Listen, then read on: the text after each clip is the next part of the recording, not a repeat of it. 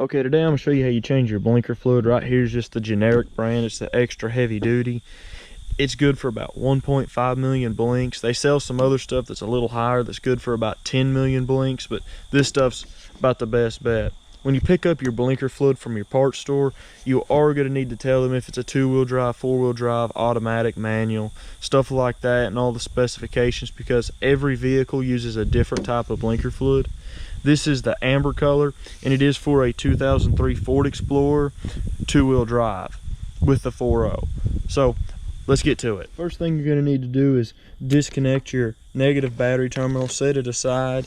Then after that, you'll need a 7mm to undo the bolt here, pull out the blinker housing, and there should be a hole about this big, and there should be a rubber grommet in there, but this one is missing that.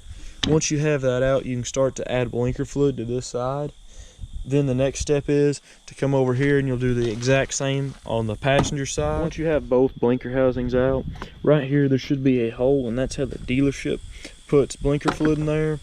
They do sell a tool to do that, but there's no really reason to have it. That's just the easier way to do it without unbolting it. But you can just undo the bolt from the back of it, lay your housing aside. Then you will need a measuring cup like this one that has milliliters, because for this particular model it takes 500 milliliters for the front and 750 for the back. If you put too little in there, it'll blink too slow and may not blink at all. If you put too much, it'll blink too fast. So you do have to measure out the exact amount. If you're unsure, your owner's manual should have it in there. It'll be in the back of the book. It's always in there in most cases. And if you can't find it in there, you can ask your local auto parts store to look it up for you. So you'll want to measure out 500 milliliters of blinker fluid.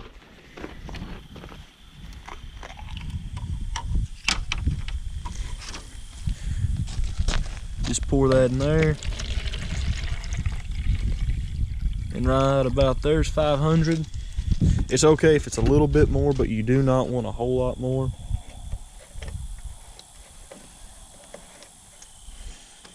Once you have it measured out, you can now take, once you have it measured out, you can now take your blinker housing and you can pour it in from the back.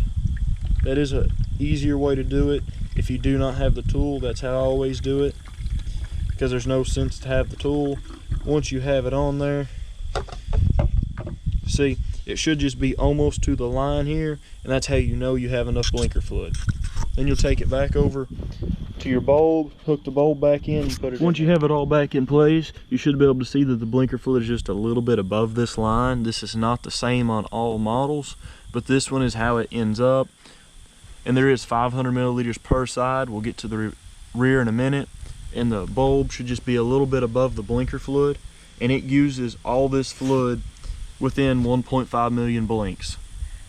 So every 1.5 million blinks you will need to change this. A lot of people don't, and that ends up causing a lot of accidents in the long run, and it makes a lot of people mad because they think you're not using your blinker when actually you're out of blinker fluid.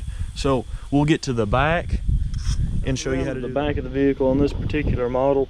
It is just Phillips head screws. You'll undo these on each side.